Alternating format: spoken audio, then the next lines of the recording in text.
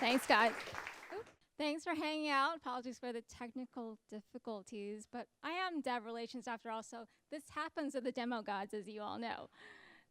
All right, so I am Grace Francisco, in case you're wondering. I am from San Francisco. However, my middle name is not San, just to be clear. I've had 15 years of developer relations specific experience, starting my career at Microsoft, where I was an evangelist, a developer evangelist for the very first enterprise tool suite. So they were expanding their IDE, Visual Studio, to Visual Studio Team System. So I was one of those first evangelists, and I thought, wow, I had made it in life. I was a developer evangelist, and I was at Microsoft for 8 years, and then I realized nobody else is hiring these evangelist people. What am I gonna do? So I spent 8 years there, and thankfully I was totally wrong because software is eating the world. So everyone under the sun is offering an API, including banks, for God's sakes. So they're all asking for dev relations people. Now we're in high demand. So I was able to translate all that into work at fintech offerings for Intuit as well as Yodlee. And then I went back to enterprise with Atlassian, where I set up a worldwide global developer relations organization for 3 years. And then I went and took a side tour to Roblox. Anybody know Roblox? Have kids that you? Yes, yeah, exactly. Roblox. There are my Roblox friends right there, Carlos and Robert, hi. And that was a really fun journey for a couple of years. UGC of gaming platforms. That was an awesome experience. And now I'm at MongoDB, which is the most modern data platform you could possibly be on today. Now, it might surprise you all that I did not grow up aspiring to go into developer relations. I know that's a surprise for you guys. In fact, I did not aspire to become a software developer. Why? That was not a thing in my time. Anybody know rotary phones? Have ever used rotary phones? Come on, raise your hands. They're my people, yay! That's right, we used rotary phones. There were no smartphones. There was no home internet, for God's sake. Life was hard, I'm telling you. Life was hard. So these were not things that I imagined I would ever be doing. In fact, I left home when I was 17 under difficult conditions. I worked my way through college for 10 years. That was lovely.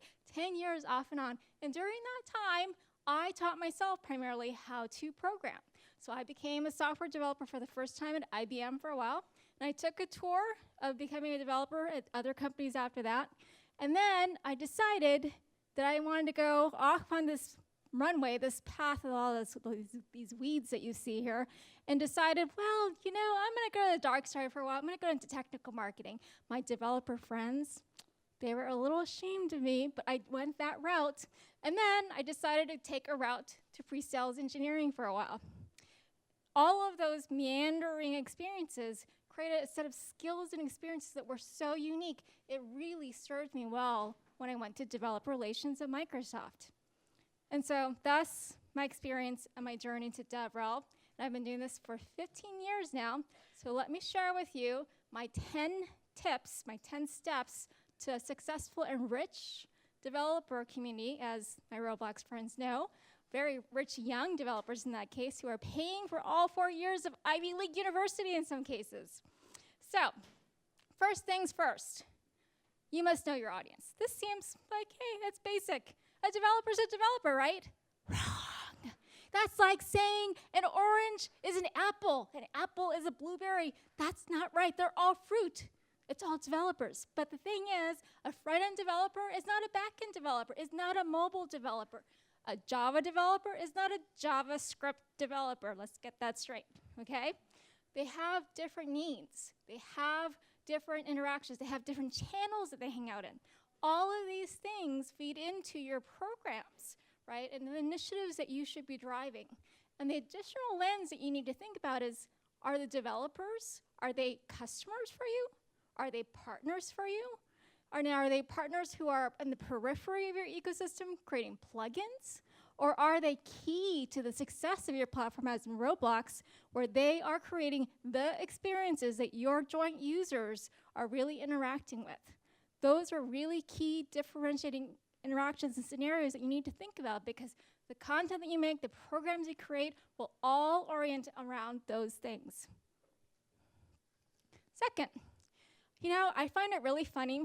It is actually really, really critical for you to have a true home for your developers. That means a place where they can interact with your code, with your platform, with your tools, and get engaged quickly. This is not your marketing site.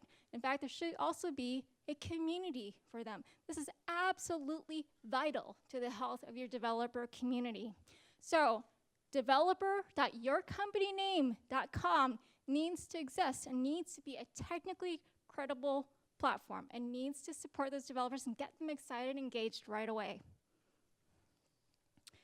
Tools. We have lots of tools for forums. We have lots of CMSs. Choose this very carefully and wisely and plan for success. So while you might just be starting out today, you should be planning for millions of developers coming to your platform. And remember that developers are very, very tech savvy. They're going to look at the technology set you've chosen for your platform. They will use plugins like Built With and go, what are you actually using? I'm not sure. I'm going to respect you after this introspection. So choose that wisely. And wherever possible, if you are at a technology company, if you can use your platform and tools to support that site, you should be. You should be dogfooding that. Because otherwise, those developers are going to say, why aren't you using your tools and platform for this? Now, there was a session earlier today, a panel session on diversity. Anybody else go to that one? It's a really rich, great diversity panel, so watch the recording. And this seems like an obvious thing, be inclusive. Okay, I'm going to have an open application form for my programs. That's inclusive, right? Anybody can apply. Here's the thing. Let me give you an example. This is my crazy family. So my daughter, I have two daughters actually. I was teaching them how to code a couple years ago. And then I decided, well, okay, great, they're interested. So I'm going to put them in a camp. So we started looking online at the camp options. And you know what? They came back and said, Mommy, this isn't for me. I'm like, what? I mean, I'm a coder. You can be a coder. And what happened was they were looking at these sites, and every single photo on these websites had what? Little boys. And they're like, those are for boys. Why do you want me to go to that? Like, oh my God, what's happening? But you know what? When you look at developer sites and other community sites, the thing that you always have to remember is that if you are showing a certain demographic all the time, you are excluding a lot of people. There is a very diverse set of developers that you can be attracting. So if you want the biggest community possible, you have to be inclusive. You need to be thoughtful about that. That means also the language that you use on your site. It needs to be inclusive. So if it's gendered, if it's bro-ish, you need to think about adjusting that language. It's super important. And then programs. Anybody running accelerator programs? Come on, Carlos, Robert, raise your hands. I know you guys are running it. The other thing to think about is if you're running a program and you are seeing your participants are not diverse, and you have an open application process, that's great. That's a start. But the thing is, in order to have diverse candidates and members in those programs, you have to recruit. It's just like in hiring. If you are not actively looking for those diverse candidates in those diverse channels, they're not going to just come. The thing is, if they're not seeing themselves reflected on your site, if they're not seeing other people, they're also thinking, am I good enough? Am I the right person? So you need to go find them and then ask them, who are your friends? Bring them along. And we did this at Roblox. When I joined Roblox, we had an accelerator program that was running every year, and it was pretty much the same guys over and over again. Like, what's going on? It was an open application process. I'm like, why don't we try something different for the next program? And what the team did was we went and actively recruited. And that year, we had one of the largest programs for the summer. So we went from 10 to 50. And in that group of 50, we had almost 20% diverse candidates. That's how huge of a difference it can be by simply recruiting.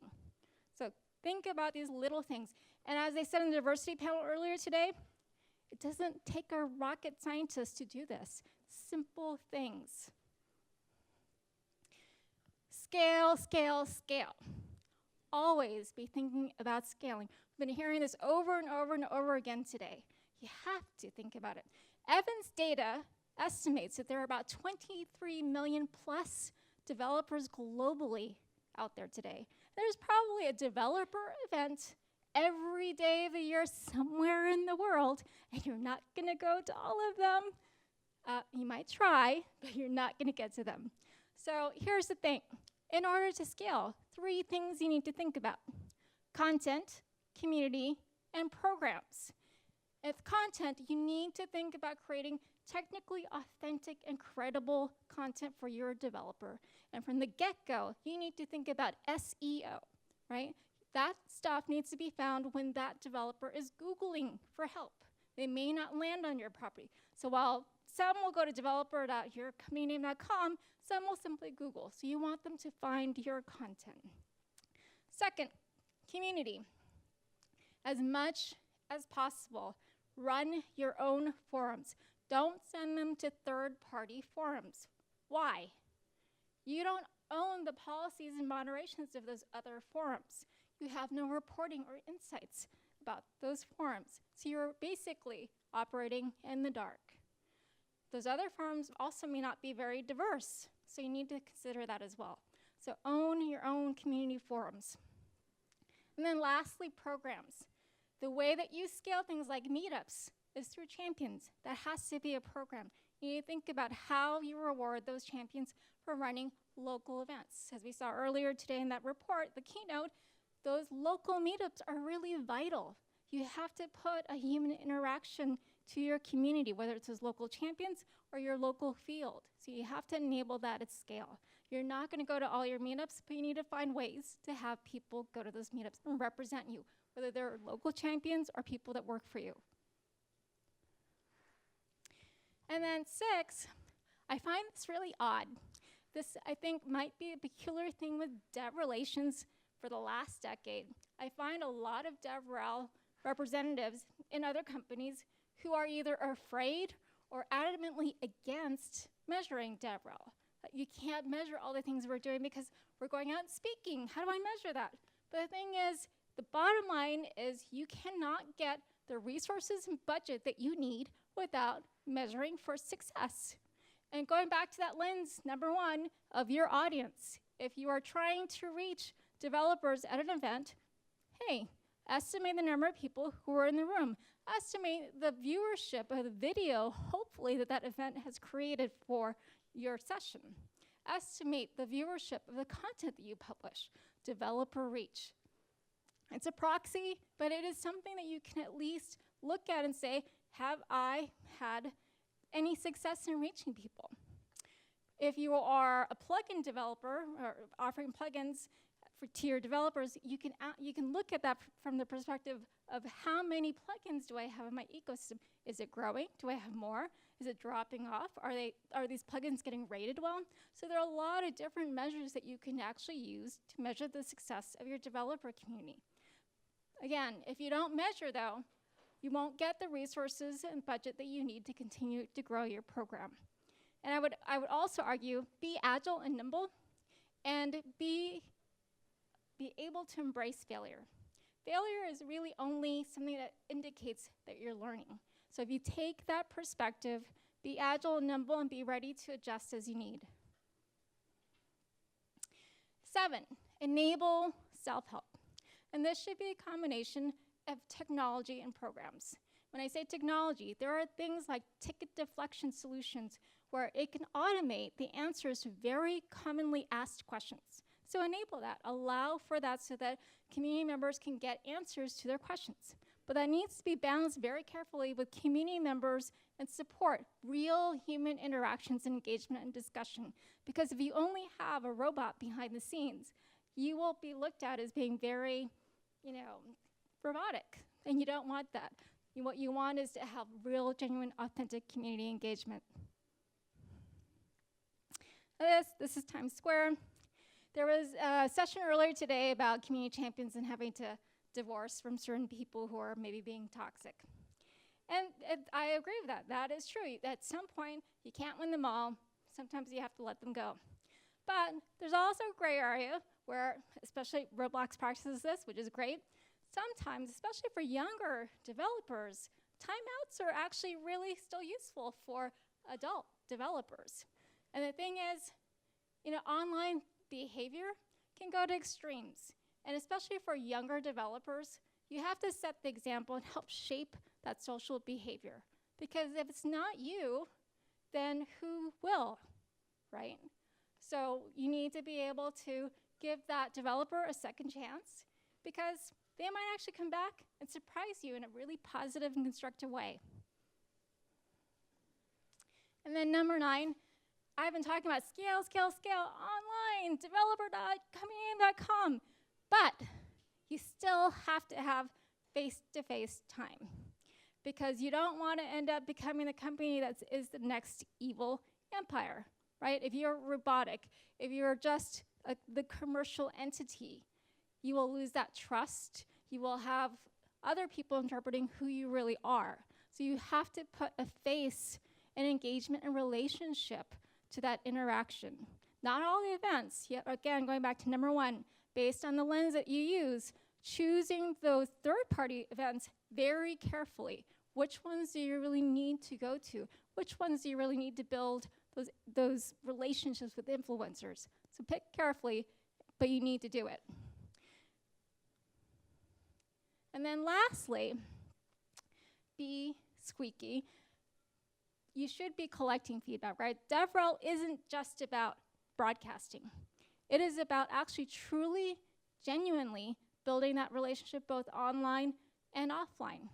And so one of the most important things that dev relations should always be doing is championing developers internally. This means you're bringing feedback into engineering a product, and you're doing that in a way that's digestible by that team.